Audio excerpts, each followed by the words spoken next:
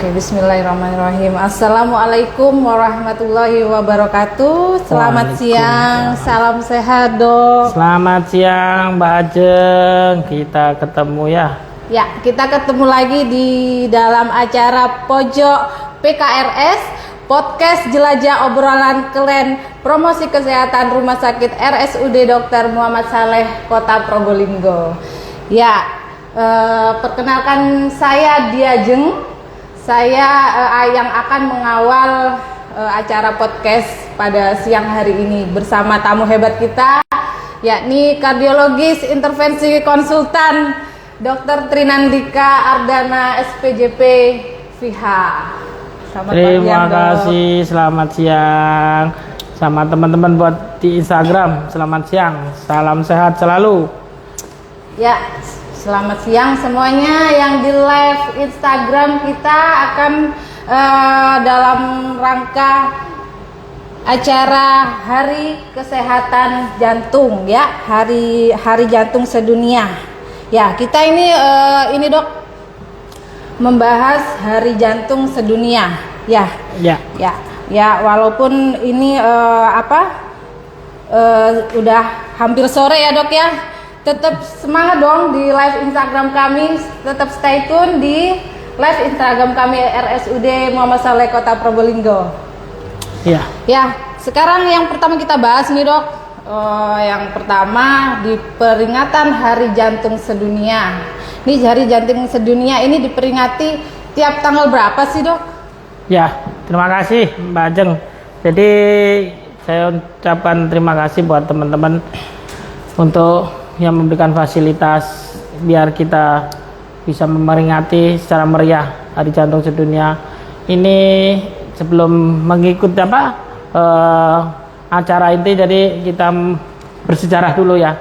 Jadi kita Hari Jantung Sedunia ini biasanya kita dilakukan tiap tanggal 29 September. Oke. Gitu Mbak.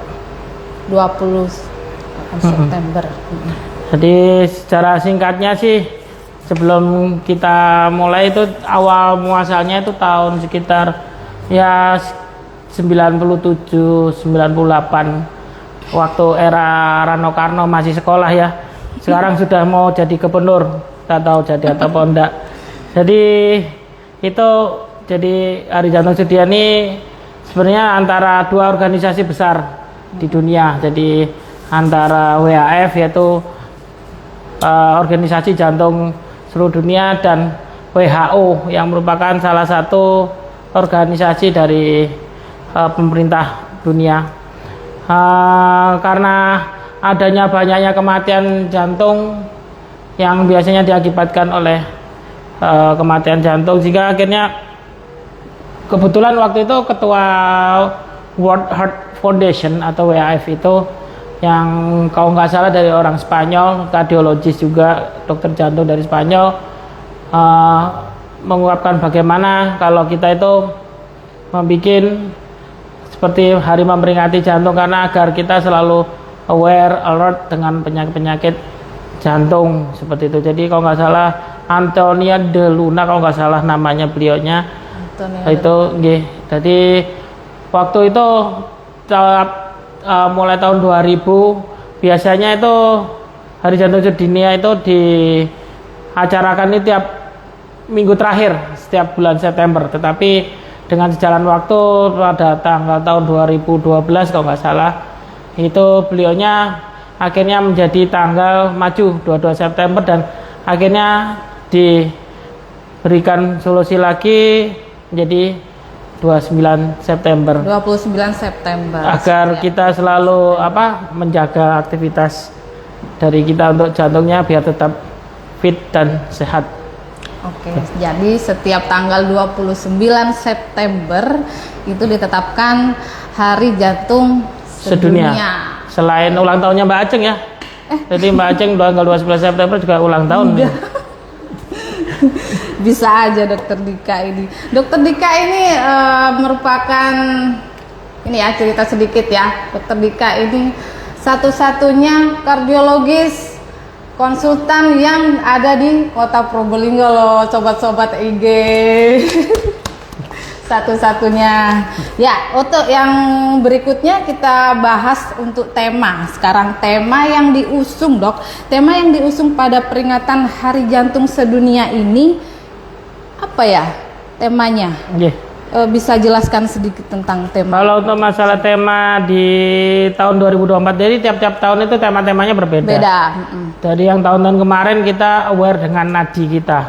Untuk yang sekarang kita bahasa gaulnya itu use heart for action. Jadi gunakan jantungmu itu untuk sesuatu untuk melakukan aktivitas agar jantungmu itu tetap sehat, dan ini digunakan biar kita tetap sebagai media memperingatkan bahwa kita penyakit jantung itu tidak hanya yang dialami hanya orang-orang tua yang dulu.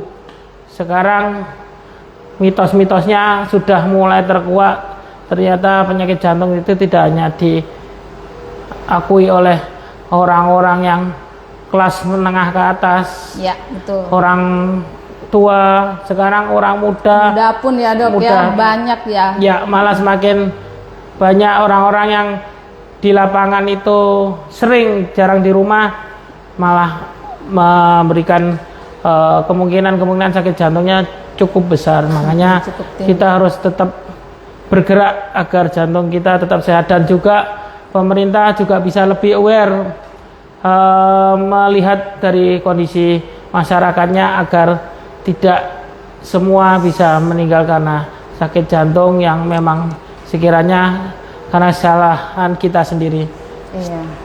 Jadi benar-benar berbahaya banget untuk kalangan usia tua dan usia muda pun juga bisa terserang gitu, sobat-sobat live ini. Dan juga sekarang sudah malah trennya malah jantung-jantung bawaan lahir juga sudah mulai terdeteksi seperti itu. Dan kemarin malah lahir ya Dok ya. Iya, kemarin kita juga saya dapat ilmunya juga, malah pasien yang di dalam janin pun kita bisa memprediksi apakah janin ini nanti kedepannya ada kelainan jantung atau tidak.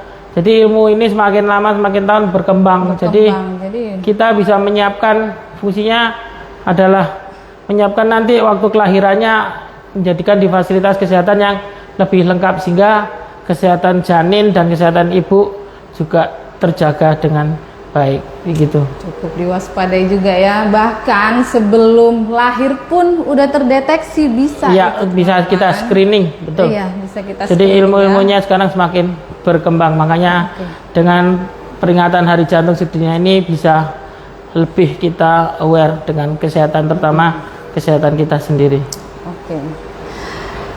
Ini memang yang viral dari dulu sampai sekarang. Memang menurut WHO nih pada tahun 2021 penyakit jantung kardiovaskular ini merupakan pembunuh nomor 1 di dunia Dok, ya kan? Salah satu penyakit jantung, penyakit kardiovaskular tersebut yaitu penyakit jantung koroner. Ya, bisa jelaskan Dok tentang untuk penyakit yang menyebabkan kematian terbanyak memang 3 besarnya adalah jantung, stroke, dan mungkin karena kanker juga. Jadi itu saling bersalip-salipan sehingga kita saling menjadi nomor 1. Nah, kalau untuk penyakit jantung sendiri yang memang terbanyak kita adalah yang disebabkan oleh penyakit jantung koroner tersendiri. Apa sih penyakit jantung koroner itu? Itu suatu penyakit jantung koroner yang diakibatkan karena tidak tercukupinya oksigen, kebutuhan oksigen untuk otot jantung dan suplai untuk memberikan oksigen ke otot jantung, sehingga otot jantungnya itu kurang oksigen atau kurang makan, sehingga akhirnya menjadikan pasien itu merasa dadanya tidak terasa nyaman.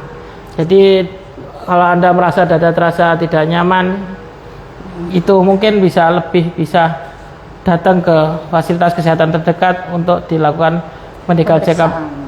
Beda, tetapi kalau kadang-kadang dada terasa tidak nyaman karena ngelihat gacon atau kita pasangan atau pacar kita, wah kok jalan sama orang lain terus dadanya terasa tidak enak. Beda itu ceritanya itu Dok ya. Lain itu. Jadi jantung itu juga butuh oksigen. Iya. Ya. Yang jantung itu juga butuh makan dari oksigen itu sendiri ya dok ya. Jadi gitu ya teman-teman sobat IG, harus memeriksakan sejak dini ke fasilitas kesehatan terdekat. Ya gitu. Oke. Yang selanjutnya yang kita bahas adalah tadi kan udah bahas penyakit jantung koroner. Nah, sudah kita simak detail yang resiko sekarang dok. Resiko penyakit jantung koroner itu apa aja sih dok? Banyak resiko penyakit jantung koroner itu tersendiri itu banyak. Jadi ada yang bisa dirubah, ada yang tidak. Kalau memang tidak bisa dirubah ya seperti usia, jenis kelamin itu memang sudah kodratnya, sudah takdirnya. Kemudian yang bisa dirubah atau dimodifikasi itu adalah gaya hidup. Pola hidup. Ya, seperti itu. Tadi kita konsumsi garam, jangan terlalu banyak. Itu bisa menyebabkan mungkin kita punya faktor risiko hipertensi. Terus kemudian bisa karena konsumsi gula yang berlebih, mungkin kita ada faktor risiko kencing manis. Itu yang bisa dikendalikan. Terus kemudian bisa terjadi kolesterol, mungkin makan-makan yang selama ini yang bisa dilakukan makanan-makanan yang mengandung lemak seperti itu. Jadi daging-dagingan, kalau kita memang makannya enak, apakah tidak boleh dok? Boleh saja sebenarnya, tapi ya itu tadi, dengan tema jantung ini marilah kita sering-sering bergerak, karena kita pola makan kita yang kadang-kadang lupa karena saking betul sekali masakan yang enak seperti itu Mbak Ajeng. Ya, oke. Ini langsung boleh ke pertanyaan ya. Oke.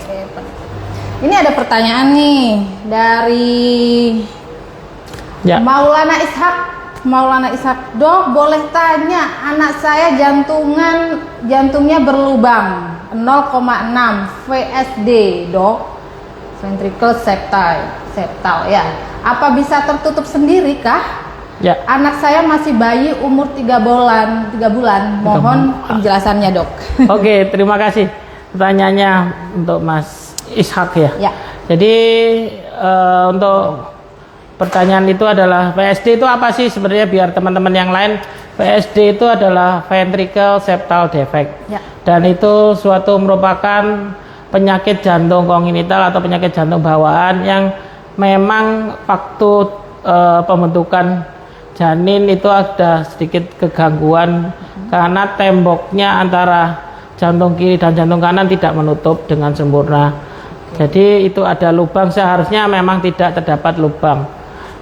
Itu dengan usia masih di bawah 5 tahun, kita evaluasi selama adik bayinya tidak terlalu kelihatan keluhannya, tidak berat, seperti itu. Jadi nanti kita evaluasi tiap 3 atau 6 bulan untuk USG jantungnya sambil diperbaiki gizi, pola makannya. Jadi mungkin pemberian susunya, vitaminnya itu mungkin bisa diberikan dengan baik, sehingga waktu kita pemeriksaan USG jantung ulang lagi, ternyata ukurannya jadi mengecil, mungkin bisa menutup sendiri.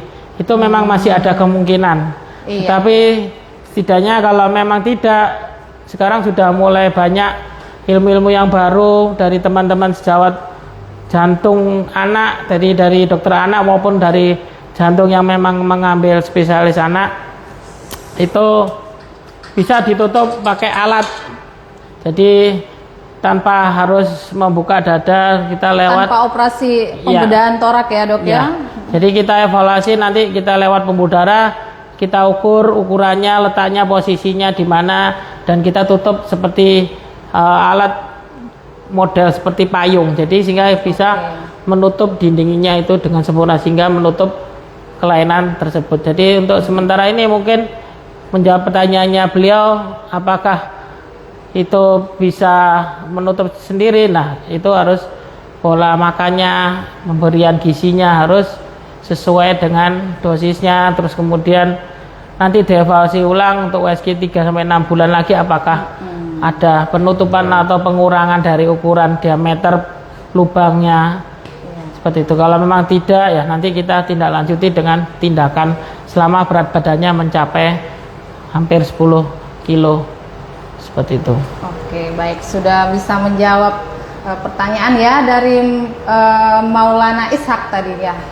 Jadi dengan pola makanannya, jadi harus evaluasi soal ekokardiografinya juga. Jadi harus dievaluasi tiap 3 sampai 6 bulan ya, Dok ya. Ya. Oke, untuk pertanyaan yang lain mungkin ada? Instagram.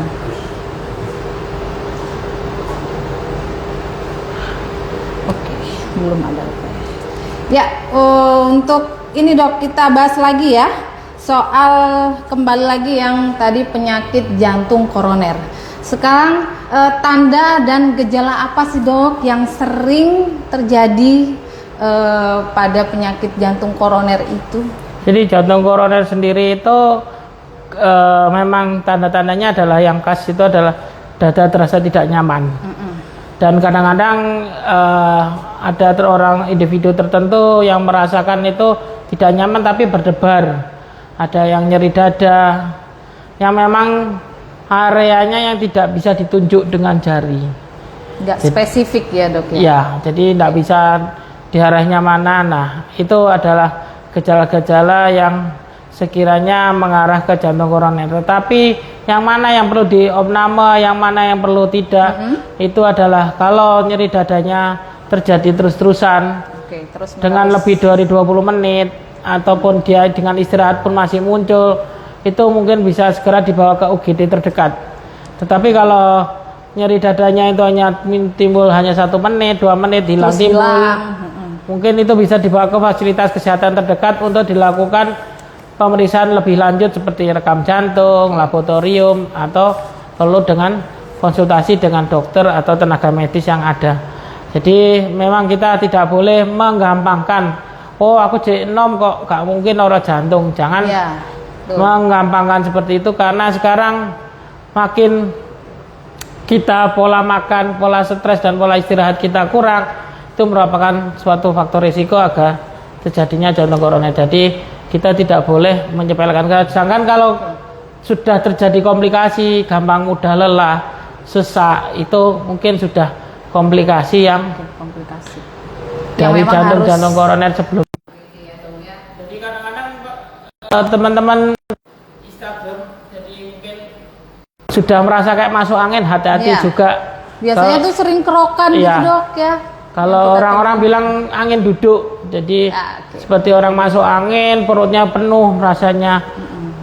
Dan kita sudah diberikan obat, kerokan juga tidak berkurang, mungkin segera dibawa ke UGD, segera untuk dilakukan tindakan. Takutnya akan menjadikan komplikasi itu akan menjadi muncul seperti itu Mbak. Jadi jadi jangan disepelekan tuh teman-teman Instagram. Jadi begitu nyeri dada terasa tidak nyaman, nggak hilang dengan istirahat, jadi segera ke UGD gitu ya. Untuk selanjutnya dengan tanda dan gejala di atas nih Dok, wajib dong kita memeriksakan tadi ya untuk ke pemeriksaan fasilitas kesehatan. Ini pemeriksaannya apa saja sih Dok? Untuk pemeriksaan yang dilakukan. Kalau semua terjadi hal itu, mungkin kalau memang masih bisa untuk melakukan tindakan, terus hilang timbul, mungkin bisa dibawa ke poli jantung. Di rumah sakit kita, di rumah sakit Muhammad Saleh. Ya. Jadi kita bukanya Senin sampai Kamis, Jumat biasanya untuk atas perjanjian. Sampai Kamis ya Dok ya. Mulai pagi sampai selesai. Terus kemudian kita juga, walaupun ada saya dan ada Dokter Amania, mungkin nanti bisa konsultasi dengan hasil, dan kita bisa lakukan rekam jantung atau ECG, kita lakukan foto torak ataupun rekam jantung, foto ronsen, seperti itu kalau memang diperlukan. Kemudian setelah itu kita juga punya alat namanya treadmill. Treadmill itu seperti alat nge-gym yang di balari, teman kita pasang rekam jantung, jadi kita bisa melihat nyeri dadanya itu yang timbul waktu aktivitas itu apakah memang ada gambaran penyempitan atau tidak, itu akan terlihat di treadmill. Terus kita punya USG jantung, untuk melihat struktural dari jantungnya sendiri, Baik. pompanya bagaimana, klepnya bagaimana, itu akan terlihat di USG jantung atau kita sebut ekokardiografi. Terus kemudian kalau memang terjadi komplikasi atau memang pasien itu terjadi serangan jantung yang mendadak, kita ada ruang ICU dengan tenaga medis yang sudah berkompeten dan sudah sekolah keluar Jawa semua. Seperti itu, sambil ada yang cari jodoh di luar Probolinggo. Jadi memang sudah kompeten dan obat-obat kita sudah lengkap semua.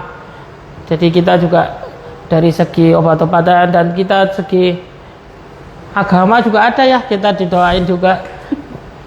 Kalau Lengkap ya pokoknya, Dok, ya. Rumah Sakit Muhammad Saleh ini ya. terbaik. Dan terakhir juga ini alat untuk cath lab kalau memang harus dilakukan. Iya. Kita ini berada tindakan. di ruang cath lab ya, Dok ya. Iya. Ini sekarang teman-teman Instagram kita ada di ruang kateterisasi jantung atau ruang cath lab. Di mana ruang ini khusus untuk kasus apa aja nih, Dok? Ruangan cath lab ini, Dok.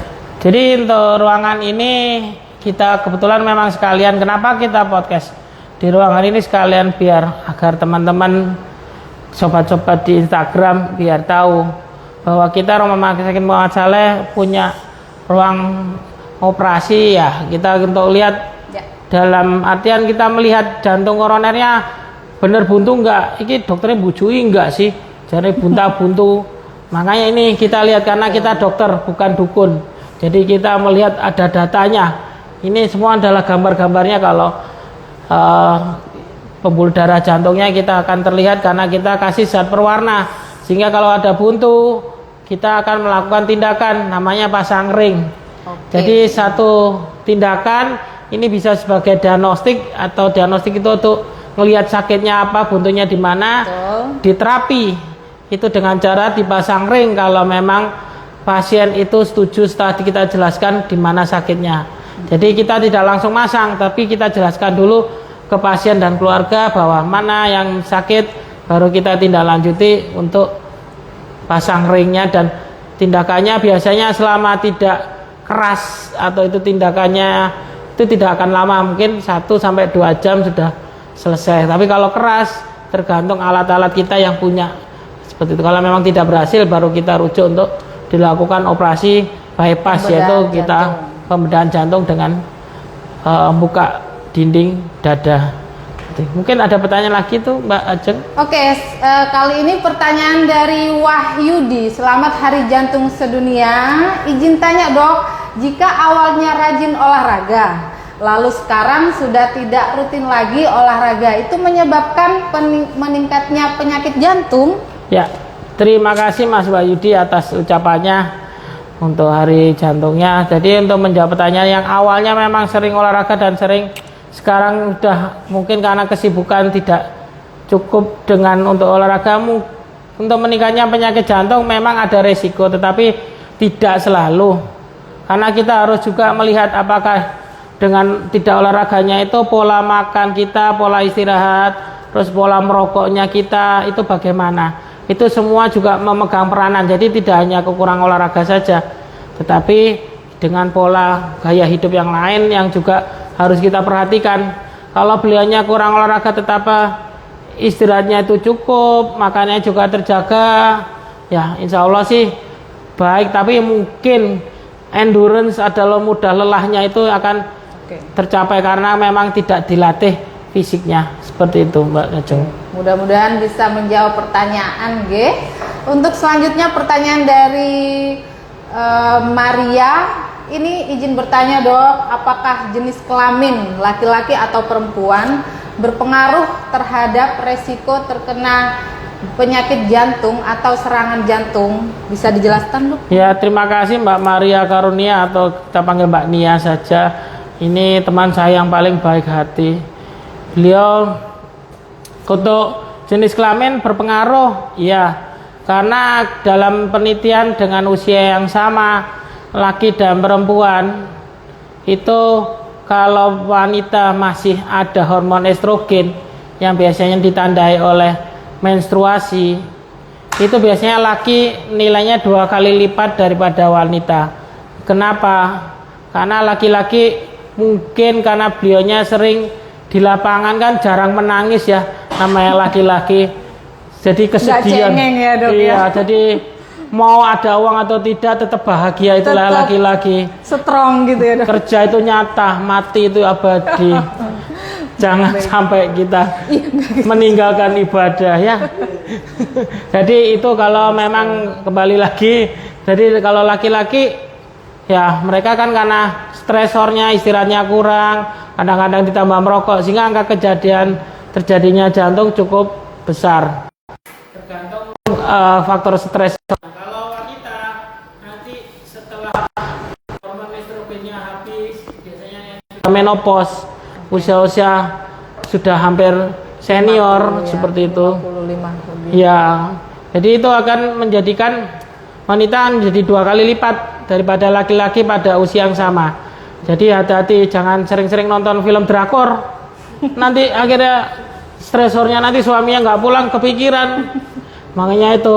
Zamannya sekarang kan nonton drakor tuh Iya, banyak. makanya nanti akhirnya jadi stresornya naik, istirahatnya kurang, akhirnya angka kejadian jantungnya jadi lebih besar. Makanya lebih baik ya percaya dengan pasangannya saja. Mudah-mudahan. Amin. Oke, pertanyaan selanjutnya dari Mas Yudi. Ya, satu lagi, apakah alat penghitung jantung di smartwatch itu beneran bisa menggantikan alat di rumah sakit, Dok? Ya. Oh ya. Terima kasih Mas Wahyudi. Jadi untuk alat-alat smartwatch ya, untuk menggantikan alat di rumah sakit tidak ya, dalam artian kalau smartwatch bisa menggantikan alat rumah sakit, ya saya lebih baik beli smartwatch. Jadi daripada saya ke rumah sakit, karena alat-alat rumah sakit mungkin lebih canggih daripada smartwatch. Jadi smartwatch itu fungsinya hanya screening. Jadi kita hanya melihat, oh aku kok berdebar, apa benar berdebarku ini karena jantungku atau memang hanya rasa-rasa rinduku yang menambah tinggi. Jadi itulah kita harus melihat smartwatch-nya itu hanya membantu untuk kita menjaga lebih awal. Oh saya harusnya waktu istirahat, oh seharusnya saya minum kopi. Nah kopi itu juga hati-hati, bisa menaikkan tekanan darah tinggi ataupun detak jantungnya. Apakah benar kalau sebenarnya kopi itu lebih ke adalah detak jantungnya lebih cepat untuk menyebabkan tekanan darah tingginya. Untuk kopi itu kalau kita ke warung kopi tapi lupa bawa uang, itu pasti tensinya naik. Baru karena naik tensinya. Bingung gitu. Jadi kopi sendiri selama dalam dosis istilahnya dosis-dosis yang bisa ditentukan adalah 1 hari 1 cangkir cukup. Saya rasa sih kopi tidak akan, selama ini lambung tidak ada masalah Ya. insya Allah untuk jantungnya baik. Oke, ke pertanyaan selanjutnya. Ini ada dari pertanyaan Denny Tuan Muda. Selamat Hari Jantung Sedunia, Dok. Aktivitas apa saja yang dilarang buat penderita jantung? Terima kasih Tuan Muda Denny. Jadi untuk aktivitas apa aja yang dilarang, sebenarnya aktivitas kita disesuaikan dengan keparahan dari sakitnya kita, dari sakit jantungnya kita. Kalau memang itu sebenarnya aktivitas yang bisa dilakukan adalah semampunya kita, seberapa kuat kita bisa jalan, seberapa langkah kita bisa lakukan. Jadi jangan terlalu dipaksa. Kalau memang kita lelah, ya kita istirahat. Yang penting kita adalah rutinitas yang kita nilai, tetapi bukan 1 minggu sekali olahraga tapi lama, tidak boleh. Jadi kita yang penting adalah rutinitas. Rutin ya, Dok ya. 2 atau 3 hari sekali semampunya. Kalau memang udah mampu, cukup 30 menit saja. Nggak perlu terlalu lama. Terlalu lama 1 jam. Mungkin waktu itu mungkin tempat nge-gymnya ada di atas ruang aerobik ya, saya enggak tahu lagi ya. Jadi olahraganya bisa 2 jam ya enggak tahu, itu Allahu alam. Seperti itu.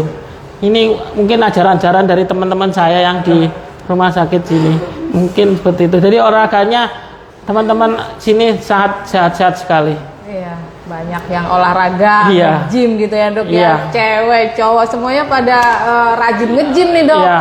Apalagi di teman-teman kardio sini kan lagi banyak yang lagi nge-gym. Jadi kita nge-gym juga harus sesuai dengan porsinya aja. Iya. Jadi kalau kita lebih ke untuk kesehatan jantung cukup untuk bebannya jangan terlalu berat-berat. Jadi kita tidak menjadi binaragawan. Nanti kita untuk badan kita biar fit, tidak mudah capek kalau untuk nge-gym seperti itu. Salah paham kadang sobat itu semakin lama olahraga semakin sehat. Itu ya dok ya, berarti Iya. harus demikian ya dok. Untuk pertanyaan selanjutnya, ini dari Riga, apakah olahraga lari bisa memicu penyakit jantung? Soalnya dulu saya pernah nyeri dada ketika lari. Memang sebelumnya tidak pernah olahraga dan lari. Ya, terima kasih Mas Riga. Jadi sebenarnya bukan olahraga larinya yang menyebabkan nyeri dada. Mungkin sebelum olahraga kita harus pemanasan dulu. Kita kan otot-otot itu kan masih, kita kan jantung itu ya masih kaku semua. Makanya sesuatu kita mau melakukan aktivitas harus pemanasan dulu. Seperti itu. Jadi apapun itu, walaupun hubungan sakral pun harus pemanasan dulu. Ya intinya maksudnya sholat itu kan harus wudu dulu seperti itu. Jadi kita harus pemanasan agar otot itu tidak kaget. Nggak kaku, nggak kaget. Terus kemudian kita lari itu pun tidak boleh istilahnya memaksimalkan, karena kita kan otot itu akan jadi tegang sehingga akhirnya menjadikan nyeri juga. Jadi mungkin bukan mengarah ke jantungnya, tetapi mungkin dari kekakuan otot. Mungkin yang lari yang bisa mengakibatkan jantung, saya rasa itu lari dari masalah. Karena beliau stres, tidak bisa istirahat dengan baik seperti itu. Jadi mungkin itu. Oke, ada pertanyaan lagi mungkin sobat IG. Oke, ada pertanyaan lagi dari Reza. Ini pertanyaannya, nyeri dada pada umur 25 tahun wajar nggak sih dok? Tapi nyerinya hilang timbul. Ya, jadi nyeri dada usia 25 tahun memang kita tidak bisa bilang itu sakit jantung. Memang harus dilakukan pemeriksaan lebih lanjut, karena kita masih harus ingat bahwa kadang-kadang kita punya penyakit jantung bawaan yang tidak kita ketahui.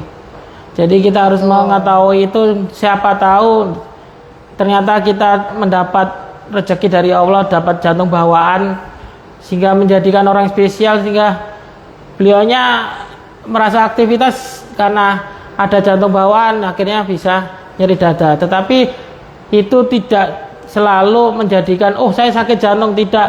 Kita harus tahu apakah nyeri dadanya itu waktu apa. Seperti itu. Seperti tadi lari karena tidak pernah pemanasan.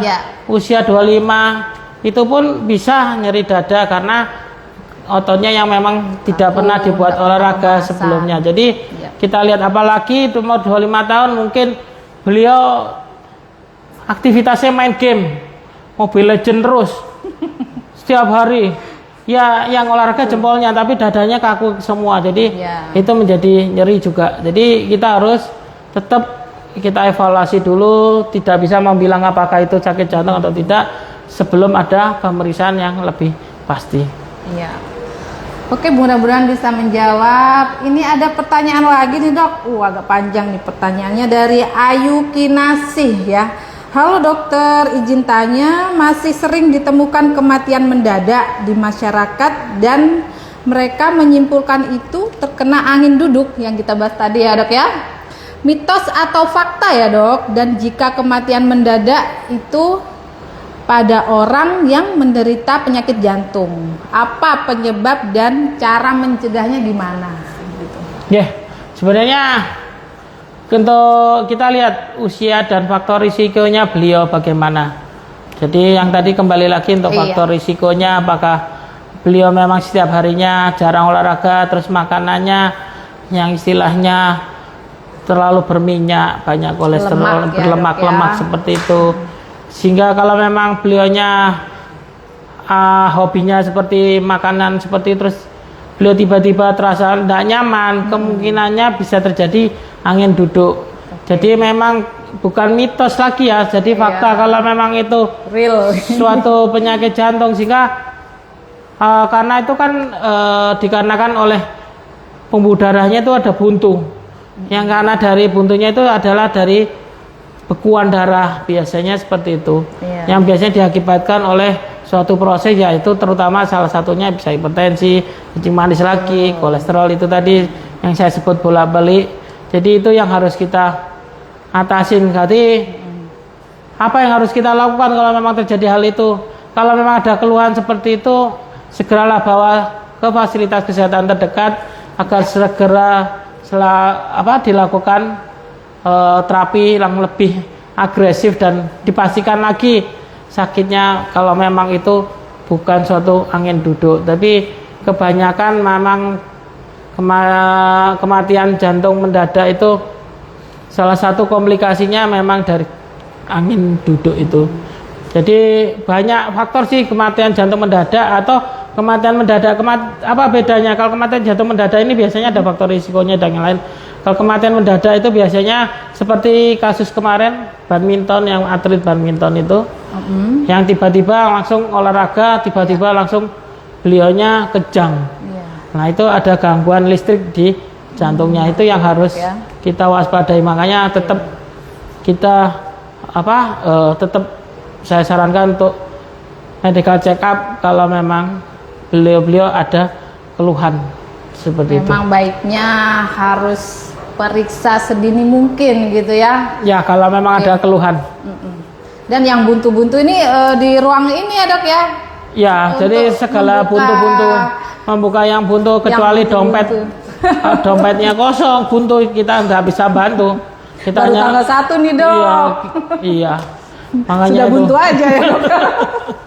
Jadi ini perialnya dari kita pasien, kita nanti kita tidurkan di sini, kita pantau semuanya. Jadi kita nanti kita foto seperti gambaran di kamera itu, kita lihat mana yang buntu, mana yang tidak. Dan ini gambaran memang pembuluh darah jantung sebelah kiri, yang mana dia adanya ada 2. Jadi kalau memang ada, bisa kelihatan ya sobat-sobat IG.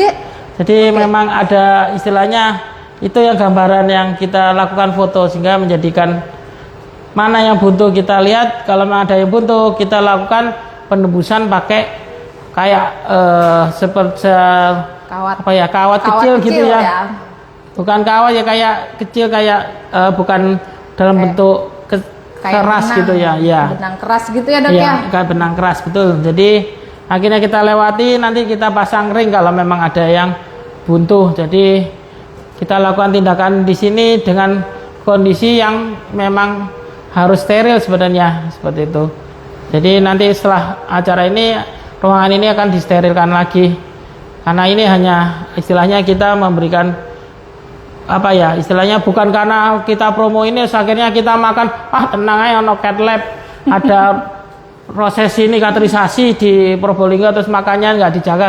Jangan, tetap kembali lagi kita lebih baik preventif, pencegahan daripada pengobatan. Jadi kita tetap harus menjaga kesehatan kita lebih baik. Gitu. Jadi itu yang bisa menyebabkan nyeri dada, bisa hilang dong dok ya dengan pembukaan pembuluh darah ini di ruang kateterisasi. Insya Allah dengan kita bantu doa juga, karena kan tetap kembali lagi kesembuhan milik Gusti Allah ya, kita hanya ikhtiar aja. Untuk pertanyaan selanjutnya dok, nih rame banget ya. Waduh. Ini. Berapa nih yang nonton? 1000 berapa ini? Untuk pertanyaan selanjutnya dari Fulan 012, dok, berapa biaya pasang ring? Wah, ini menjadi pertanyaan semua masyarakat di Kota Probolinggo nih kayaknya nih dok. Monggo dijawab. Terima kasih Mas Fulan. Jadi untuk biaya, saya jujur saya juga pekerja di sini Mas. Jadi kalau masalah biaya mungkin ada bagian yang lain, mungkin jenengan bisa telepon nanti kontak senternya sendiri, karena saya sendiri di sini hanya semut pekerja. Saya hanya melayani masyarakat yang mana ada gangguan atau keluhan. Tapi untuk BPJS dok, mungkin dok bisa dijelaskan untuk tindakan di ruang cat lab ini. Alhamdulillah kami di wilayah BPJS di Pasuruan Probolinggo, alhamdulillah kita sudah tercover BPJS ini berkat doa-doa Pak Direktur dan warga-warga Rumah Sakit Muhammad Saleh, sehingga BPJS bisa bekerja sama dengan kita. Terima kasih BPJS. Terima kasih BPJS. Jadi di sini di ruang ini bisa pakai BPJS ya, sobat-sobat masyarakat, nggak perlu khawatir Jadi sedini mungkin segera periksa, jaga dada yang gak nyaman, periksa, hilang timbul, periksa juga ada poli jantung, ada UGD juga yang selalu siap 24 jam, juga ada ruang kateterisasi jantung yang akan menjadi penunjang maupun intervensi untuk pembuluh darah jantung kita. Tapi sebenarnya juga buat nambah ini Mbak Ajeng, Ya. kita juga punya alat Holter. Oke, ya, kita punya Holter ya, Dok, itu ya. fungsinya untuk kita rekam jantung selama 24 jam untuk yang merasa berdebar-debar. Kita juga ada untuk memeriksakan rekam jantung selama 24 jam, bisa di rumah nanti diperiksakan, nanti Begitu. dipasang alat di rumah sakit. Jadi alat itu bisa merekod ya, Dok ya, Ya. merekam ya.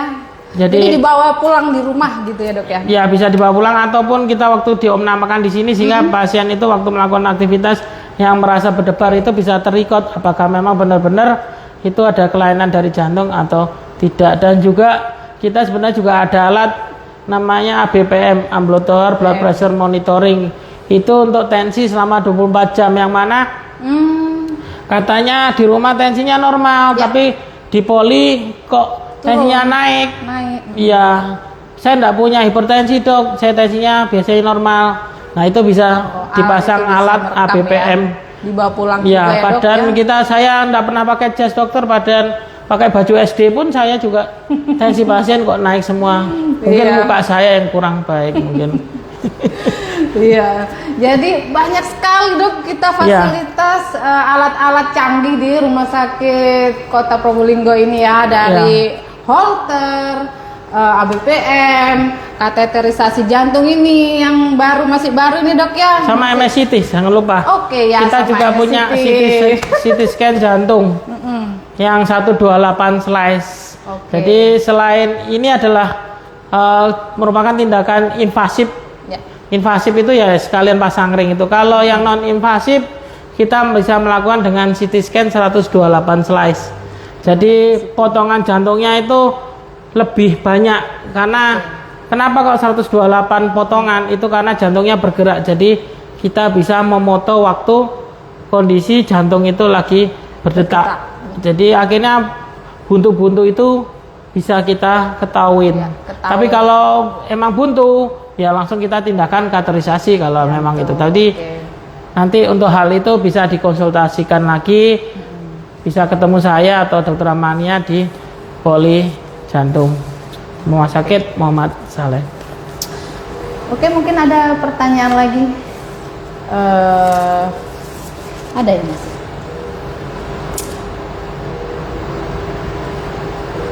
Kita cek dulu ya Dok ya. Ada ya. Jadi kalau apa? Sebentar ya, sobat-sobat, kita cek lagi. Cek saldo. Cek pertanyaan. Oh, cek Aduh, pertanyaan. nggak masuk nih Mas. Pertanyaan yang terakhir kayaknya nih. Boleh dibantu dulu. Jadi dengan tema ini Mbak Ajeng untuk Hari Jantung Sedunia 2024 itu sebenarnya tema yang istilahnya murah meriah asal kita bisa melakukan dengan rutin. Karena hanya cukup olahraga ringan, jalan kaki. Yang penting rutinnya itu ya Dok ya. Iya. Dan jalan kaki, karena kan kita itu kan lebih banyak duduk daripada ini. Mager Dok. Iya. Oke, ini ya pertanyaannya dari Dev Leski. Apakah 10.000 langkah setiap hari bisa menyehatkan jantung, Dok? Ya. Terima kasih pertanyaannya, Mbak. Jadi kalau untuk 10.000 langkah sangat bisa membantu agar jantung itu tetap terjaga fit dan baik. Tapi jangan 10.000, kalau memang kita bisa lewat 30.000, ya monggo.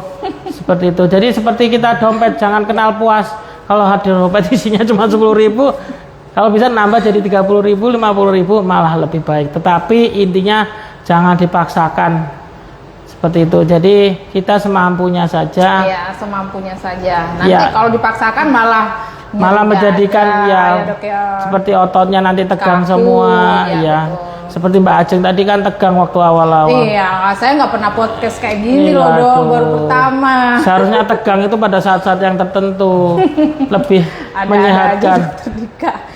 Oke, sudah ya mungkin sebelum menutup podcast kita pada kali ini silakan memberi closing statement dalam rangka pemeringatan Hari Jantung Sedunia. Monggo. Ya, terima kasih Mbak Ajeng, terima kasih untuk Pak Direktur Rumah Sakit Muhammad Saleh, dan saya juga terima kasih teman-teman yang membantu terlaksanakan acara podcast ini sehingga informasi yang bisa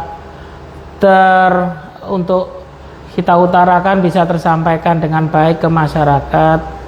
Jadi dari Hari Jantung ini kita untuk momen-momennya adalah untuk mengingatkan kita, terutama untuk orang-orang tersayang kita, agar tetap kita bisa bersama sehat bareng.